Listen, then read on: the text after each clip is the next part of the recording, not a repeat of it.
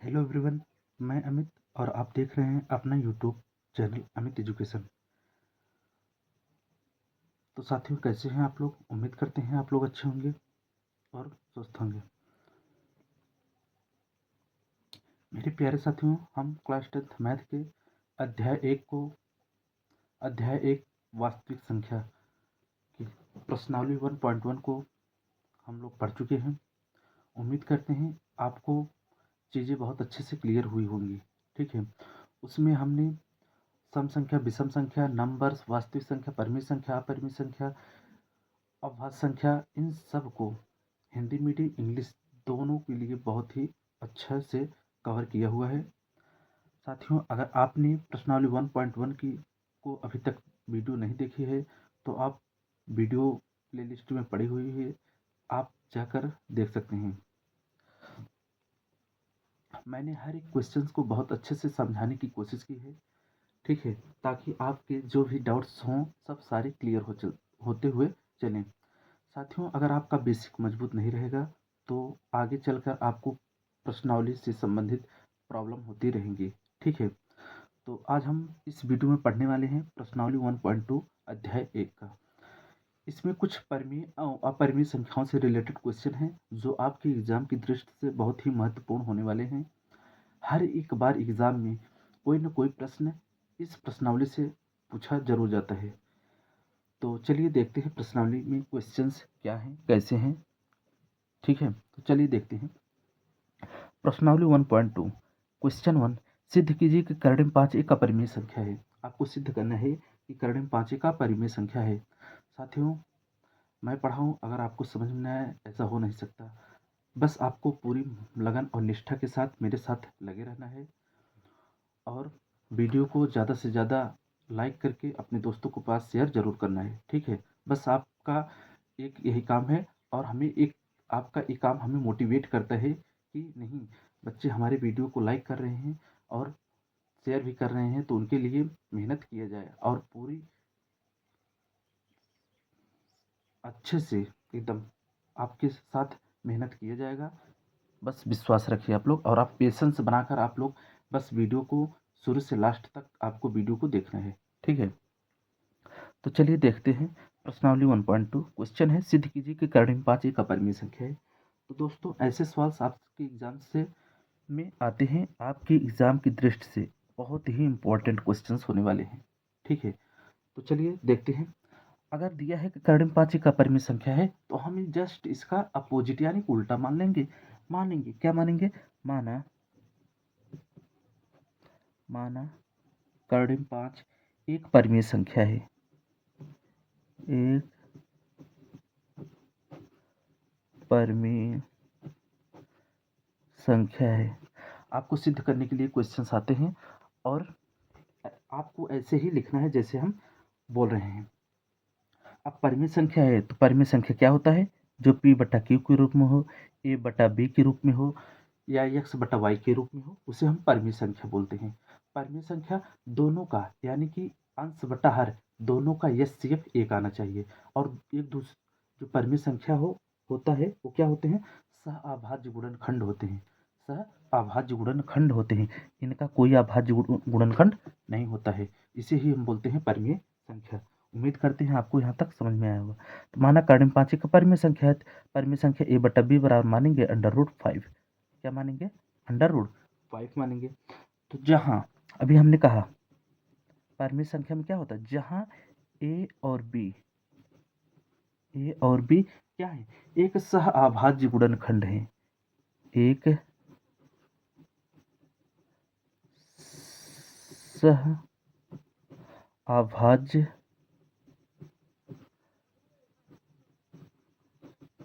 गुणनखंड है और b 0 नहीं होना चाहिए। b का मान क्या होना चाहिए? 0 कभी भी नहीं होना चाहिए। यह आपको बात ध्यान रखना चाहिए। अगर b का मान 0 हो तो परिमेय संख्या हो ही नहीं सकती है। ठीक है साथी, तो आ गया, कितना आ गया? a बटा b बराबर √5 आ गया। तो अब हम क्या करेंगे? हम करेंगे दोनों पक्षों का वर्ग या दोनों तरफ का वर्ग करने पर। तो लिखेंगे यहाँ ऐसे आपको एग्जाम में लिखना है कि दोनों पक्षों का वर्ग करने पर दोनों पक्षों का वर्ग करने पर, ठीक है। तो साथ ही आप वर्ग करेंगे, इसका वर्ग करेंगे तो हो जाएगा ए स्क्वायर बटा नीचे वाले का यानी कि हर का वर्ग करेंगे तो हो जाएगा बी स्क्वायर। किसी भी संख्या यानी कि अगर यहाँ दिया है कर्णिम में 5, कर्णिम में 5 स्क्वायर मतलब क्या होता है, वर्ग मतलब क्या होता है, सेम संख्या का 2 बार गुणा। तो कर्णिम में 5 का गुणा कर्णिम में 5 का करेंगे तो कितना ही आएगा, 5 आएगा, ठीक है। तो यहाँ कितना हो जाएगा, 5 हो जाएगा, ठीक है। हम ए स्क्वायर को इधर ही रखेंगे, बी स्क्वायर को 5 के साथ मल्टीपल कर देंगे तो हो जाएगा ए स्क्वायर बराबर हो जाएगा 5 बी स्क्वायर। क्या हो जाएगा, 5 बी स्क्वायर हो जाएगा, ठीक है। यहाँ तक आपको क्लियर हो गया है। इसे हम मान लेंगे समीकरण 1। क्या मान लेंगे, समीकरण 1। देखिए यहाँ पे दिया है जो ए स्क्वायर है, जो ए स्क्वायर है, जो ए स्क्वायर है, ए स्क्वायर है वो किससे विभाजित है, 5 से विभाजित है। ए स्क्वायर है किससे विभाज्य है, 5 से विभाज्य है। 5 से क्या है, विभाज्य है। चलिए समझते हैं कैसे विभाज्य है। तो यहाँ हम समझा देते हैं कि कैसे विभाज्य है। यहाँ लिखा है ए स्क्वायर, इधर 5 के क्या है, बी के साथ मल्टीपल है। अगर हम इधर ले लाएंगे इधर डिवाइड में हो जाएगा तो क्या हो जाएगा, डिवाइड करेगा विभाजित करेगा, ठीक है। उम्मीद करते हैं आपको क्लियर हो गया होगा। ए स्क्वायर है 5 से विभाज्य है, जब ए स्क्वायर 5 से विभाज्य है तो क्या ए भी 5 से विभाज्य होगा, ए भी क्या होगा, ए भी 5 से भाज्य होगा। क्या होगा, भाज्य होगा, ठीक है साथियों। उम्मीद करते हैं आपको यहाँ तक क्लियर हो गया होगा, ठीक है। अब हम क्या करेंगे, ये भी क्या हो जाएगा, 5 से विभाज्य हो जाएगा। तो हम पुनः मानेंगे, क्या मानेंगे, पुनः माना। हम पुनः क्यों मानेंगे, क्योंकि हमें दो समीकरणों को एक साथ लाकर हमें सिद्ध करना है कि ये गुणनखंड है कि नहीं है, ठीक है। इसलिए हम पुनः मानेंगे। तो पुनः मानेंगे तो हम मानेंगे, क्या मानेंगे, ए बराबर यहाँ अंडर रूट में जितना रहेगा, अगर अंडर रूट में 5 है तो यहाँ 5 लिखेंगे, अंडर रूट में 3 है तो यहाँ 3 लिखेंगे, 4 है तो 7 है तो यहाँ 7 लिखेंगे, ठीक है। 6 है तो 6 लिखेंगे। तो यहाँ हम लिखेंगे ए बराबर 5 से माना, पुनः माना ए बराबर कितना हो जाएगा, 5 से। तो हम क्या करेंगे, पुनः लिखेंगे यहाँ, पुनः दोनों पक्षों का, इसका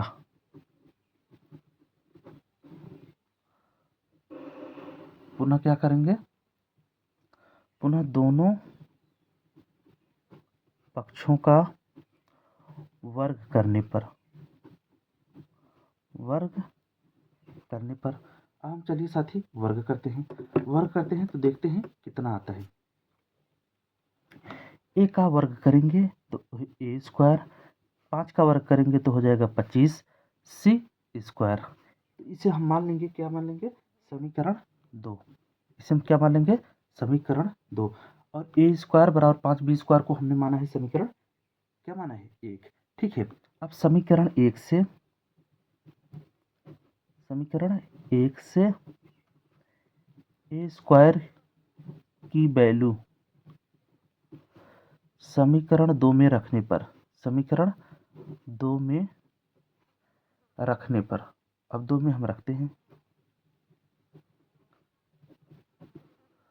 2 में क्या करते हैं, रखते हैं। अब चलिए रखते हैं।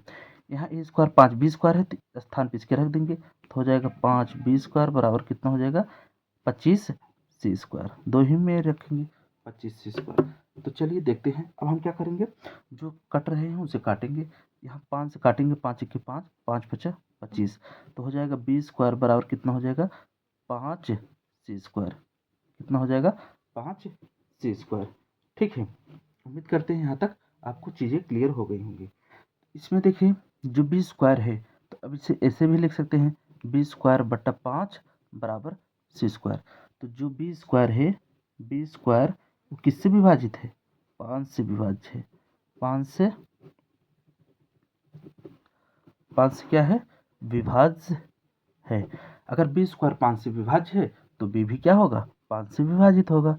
बी भी 5 से क्या होगा, भाज्य होगा, यानी कि कटेगा, ठीक है। अब आपको पता होना चाहिए भाज्य क्या है और परिमेय संख्याएं क्या है। ठीक है, यहाँ तक आपको क्लियर हो गया होगा। तो भाज्य होगा तो समीकरण 1 और 2 से, समीकरण 1 व 2 से इसे हम मान लेते हैं समीकरण 1 व 3 से, इसे मान लेते हैं समीकरण 3। समीकरण 1 व 3 से, 1 व 3 से क्या होता है साथी?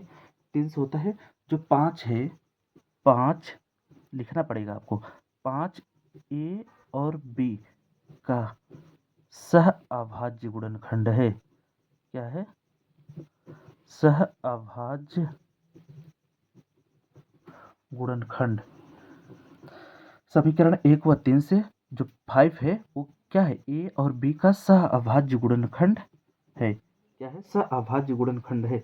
जबकि हमने प्रारंभ में ए तथा बी को सह अभाज्य गुणनखंड माना था। जबकि हमने प्रारंभ में ए तथा बी को सह अभाज्य गुणनखंड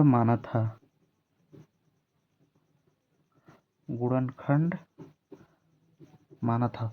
अगर आप ऐसे लिखेंगे बोर्ड की कॉपी तो आपको पक्का पूरा का पूरा नंबर मिलेगा। ठीक है, गुणनखंड माना था। तो हमारी कल्पना क्या होती है? हमने जो माना था वो हमारी कल्पना थी, हमारी कल्पना गलत हो गई। हमारी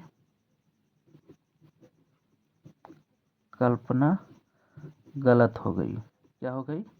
गलत हो गई है। इससे सिद्ध होता है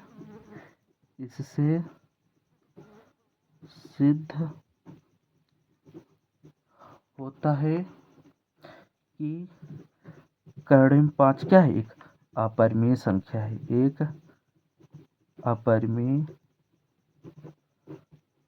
संख्या है। ठीक है साथी, उम्मीद करते हैं आपको सारी चीजें क्लियर हो गई होंगी। ठीक है, कोई डाउट्स नहीं रहेगा। अगर आपको सिद्ध करने के लिए बोलेगा तो आपको ऐसे ही पूरा ये सिद्ध करके लिखना है। ठीक है, चलिए देखते हैं नेक्स्ट क्वेश्चन। अब प्रश्नावली का क्वेश्चन नंबर 2 देखते हैं। क्वेश्चन नंबर 2 क्या है साथी?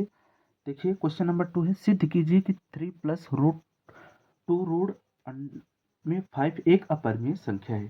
क्या सिद्ध करना है? कि 3 प्लस 2 रूट 5 एक अपरिमेय संख्या है। तो चलिए देखते हैं बहुत ही सरल तरीके से। तो हम क्या करेंगे, अभी हमने सीखा है कि हम जो दिया रहेगा जस्ट उसका अपोजिट यानी कि उल्टा मानेंगे। तो हम मानेंगे तो कल्पना करेंगे। क्या करेंगे? कल्पना किया। तो हमने क्या किया? हमने कल्पना किया कि 3 प्लस 2 रूट में 5 क्या है? एक अपरिमेय संख्या है। उल्टा मानना है ना, तो अपरिमेय पूछा है तो हम मानेंगे परिमेय संख्या है। क्या है? परिमेय संख्या है। ठीक है, अब हम तो यहाँ लिखेंगे, अब मानेंगे परिमेय संख्या माने हैं तो 3 प्लस 2 रूट में 5 बराबर हो जाएगा P बटा Q। क्या हो जाएगा? P बटा Q। तो हम जानते हैं परिमेय संख्या के लिए जहाँ Q यानी कि Q का मान 0 नहीं होना चाहिए, ये परिमेय संख्या का शर्त है। ठीक है, अगर Q का मान 0 हो गया तो परिमेय संख्या नहीं हो सकती, वो अपरिमेय संख्या हो जाएगी।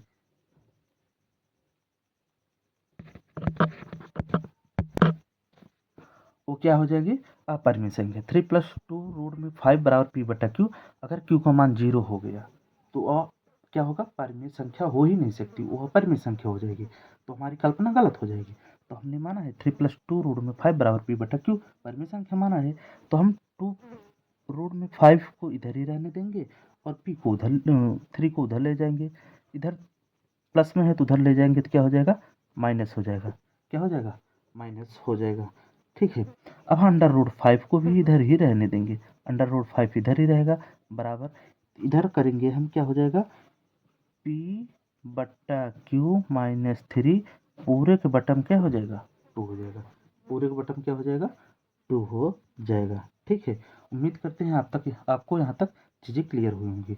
तो एक चीज़ आप ध्यान रखिए, कारण 5 क्या है? एक अपरिमेय संख्या है। ये पूरा क्या है? एक परिमेय संख्या है। तो आपको एक बात याद रखनी है, कभी भी अपरिमेय संख्या और परिमेय संख्या के बराबर नहीं हो सकती है। तो आपको लिखना पड़ेगा अपरिमेय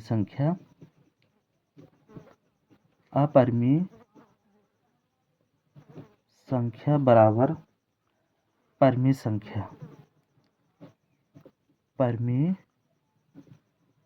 संख्या। यह असंभव है। अपरिमेय संख्या क्या है? असंभव है। असंभव है। आपको इतना लिखना पड़ेगा, ठीक है।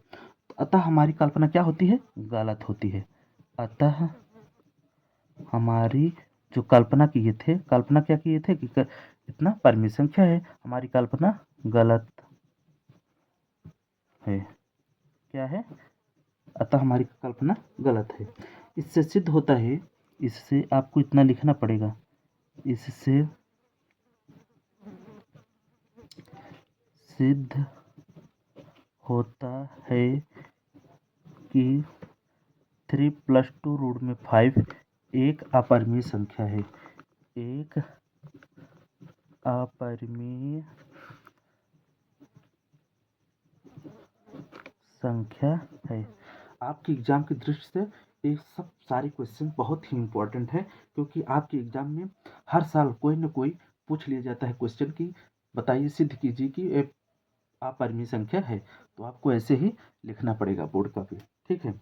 चलिए अब देखते हैं क्वेश्चन नंबर नेक्स्ट क्या है? क्वेश्चन नंबर थर्ड है, सिद्ध कीजिए कि निम्नलिखित संख्याएं अपरिमेय है। इसमें 3 क्वेश्चन है, पहले हम इसे हल करेंगे, उसके बाद नेक्स्ट वाला हल करेंगे, ठीक है। तो पहला है 1/√2 क्या है? अपरिमेय संख्या है, सिद्ध करना है आपको। तो चलिए देखते हैं। तो हम जैसे मान रहे थे, हल कर रहे थे, सेम वैसे ही हल करना पड़ेगा इसमें। तो कल्पना करेंगे, तो क्या करेंगे? कल्पना किया कि हमने क्या किया? कल्पना किया कि 1/√2 क्या है? एक परिमेय संख्या है। एक परिमेय संख्या है। क्या है? एक परिमेय संख्या है। तो हम मानेंगे 1/√2 बराबर क्या हम लिखेंगे? 1/√2 बराबर लिखेंगे P/Q। क्या लिखेंगे? P/Q। जहाँ परिमेय संख्या के लिए कंडीशन होता है Q does not equal to 0। Q क्या होता है? Does not equal to 0। और हमेशा इसका P/Q का जो HCF होता है, HCF मतलब मासा, उसका हमेशा 1 होगा, यानी कि गुणनखंड उसका क्या होगा? 1 होगा, ठीक है। उम्मीद करते हैं यहाँ तक आपको चीज़ें क्लियर हो गई होंगी। यही अगर आपको इतना पता है तो आप सिद्ध कर सकते हैं, ठीक है। अगर दूसरा गुणनखंड आ गया तो आप अपरिमेय संख्या हो ही नहीं सकता। जैसे कितना आया? 1 आया। तो हम क्या करेंगे? अब क्या करेंगे? पलटने पर पलट देते हैं। संख्या को पलटने पर संख्या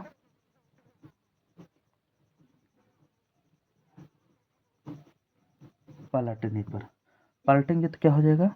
√2 Q ऊपर चला जाएगा, ऊपर चला गया, P नीचे आ जाएगा, नीचे आ गया, ठीक है। आपको एक चीज याद रखना है, क्या? √2 क्या है? एक अपरिमेय संख्या है, अपरिमेय संख्या है। और Q/P क्या है? एक परिमेय संख्या है, एक परिमेय संख्या है। यह अवधारणा गलत है, असंभव है। क्या है? असंभव है। कभी भी अपरिमेय संख्या परिमेय संख्या के बराबर नहीं हो सकती है। क्या है? यह असंभव है। क्या है? असंभव है, ठीक है। असंभव है। तो हमारी कल्पना गलत होती है। क्या होती है? हमारी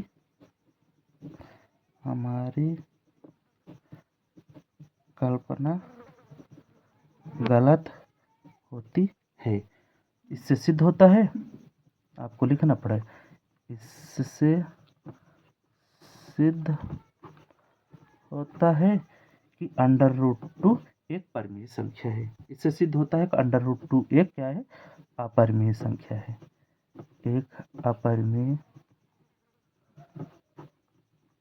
संख्या है, ठीक है। उम्मीद करते हैं आपको चीज़ें क्लियर हो गई होंगी। अब हम देखते हैं नेक्स्ट क्वेश्चंस क्या है। ठीक है साथी, क्वेश्चन नंबर 3 का सेकंड क्वेश्चन क्या है, 7/√5 सिद्ध करना है कि क्या है, एक अपरिमेय संख्या है।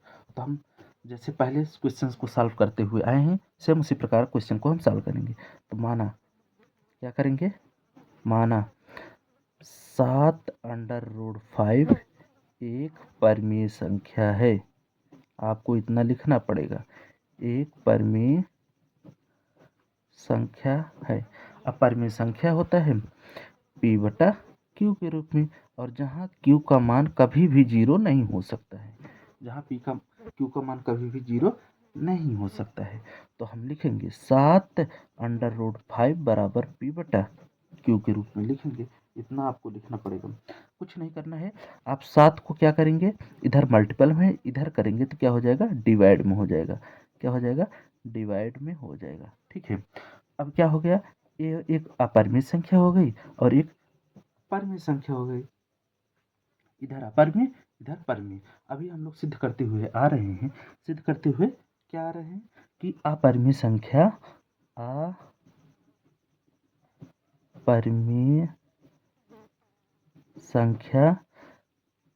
कभी भी बराबर नहीं हो सकती है परिमेय संख्या की।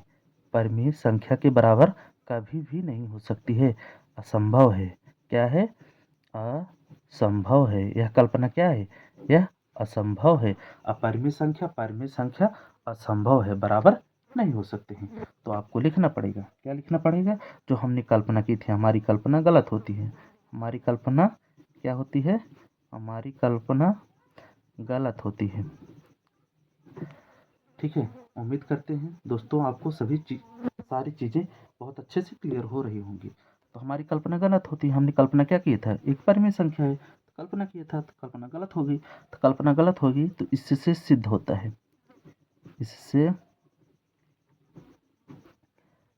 सिद्ध होता है कि इससे सिद्ध होता है कि 7/√5 एक क्या है, एक अपरिमेय संख्या है, एक अपरिमेय संख्या है। ठीक है, आपको इतना लिखना पड़ेगा। तो चलिए देखते हैं क्वेश्चन नंबर नेक्स्ट, और इस प्रश्नावली का लास्ट क्वेश्चंस है। ठीक है, तो साथियों अगर आप वीडियो में नए हैं तो आप चैनल को सब्सक्राइब करके वीडियो को लाइक करके अपने दोस्तों के पास शेयर जरूर करें। ठीक है, अगर आपको कंटेंट अच्छा लग रहा हो और आपको चीज़ें समझ में आ रही हों। ठीक है, तो चलिए देखते हैं। दिया है एक अपरिमेय है, 6 + √2 क्या है, एक अपरिमेय संख्या है, सिद्ध करना है। तो हम मानेंगे, माना क्या, माना 6 + √2 एक परिमेय संख्या है, एक परिमेय संख्या है। क्या है, एक परिमेय संख्या है। तो हम लिखेंगे परिमेय संख्या क्या होता है, p/q के रूप में होता है। और जहाँ क्या होता है, जहाँ q का मान 0 कभी भी नहीं हो सकता है, यानी कि p और q का HCF कितना होना चाहिए, HCF यानी कि हाईएस्ट कॉमन फैक्टर 1 होना चाहिए। इनका मसा 1 होना चाहिए, तभी परिमेय संख्या होगी, वरना नहीं होगी। तो हमने माना है 6 + √2 बराबर परिमेय संख्या, क्या माना है, p/q के रूप में माना है। तो बस आपको इतना लिखना है। अब क्या करेंगे, हम 6 इधर प्लस में है तो उधर ले जाएंगे तो हम क्या हो जाएगा, माइनस में, उधर ले जाएंगे तो हो जाएगा p/q -6 हो जाएगा। ठीक है, इतना हो गया। ये क्या है, एक परिमेय संख्या और ये अपरिमेय संख्या है। तो आपको लिखना पड़ेगा अपरिमेय संख्या, अपरिमेय संख्या कभी भी बराबर नहीं हो सकती है, किसकी, परिमेय संख्या की। परिमेय संख्या की कभी भी बराबर नहीं हो सकती है। ये क्या है, नहीं हो सकती है, नहीं हो सकती है, नहीं हो सकती है। तो इससे क्या होता है, हमारी कल्पना गलत होती है। हमारी कल्पना जो हमने माना था, कल्पना क्या होती है, गलत होती है। हमारी कल्पना गलत होती है तो सिद्ध होता है, क्या होता है, इससे सिद्ध होता है। इससे सिद्ध होता है जो under root 6 plus under root 2 है एक अपरिमेय संख्या है, एक अपरिमेय संख्या है। ठीक है, उम्मीद करते हैं आपको यहाँ तक सारी चीज़ें क्लियर हो गई होंगी। तो प्रश्नावली 1.2 यहीं पर समाप्त होता है दोस्तों।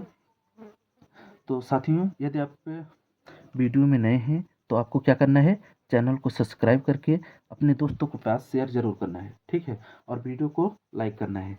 वीडियो को आप जितना ज़्यादा से ज़्यादा शेयर करेंगे उतना मोटिवेट होंगे और उतना ही बेहतरीन तरीके से और अच्छे से अच्छे कंटेंट अच्छे से अच्छे तरीके से समझाने की पूरी कोशिश करेंगे।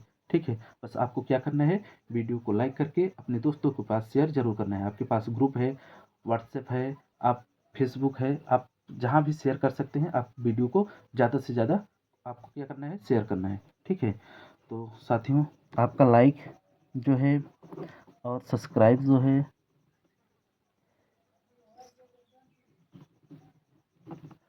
सब्सक्राइब क्या करता है, हमें मोटिवेट करता है, हमें मोटिवेट करता है। ठीक है, कि आपके लिए अच्छे से अच्छा कंटेंट लाया जाए। तो जय हिंद साथियों। तो हम अपनी वीडियो को आज यहीं पर विराम देते हैं। उम्मीद करते हैं आपको सारी चीज़ें बहुत अच्छे से क्लियर हुई होंगी। मिलेंगे अगले वीडियो में अगले टॉपिक के साथ। ठीक है, जय हिंद, जय भारत।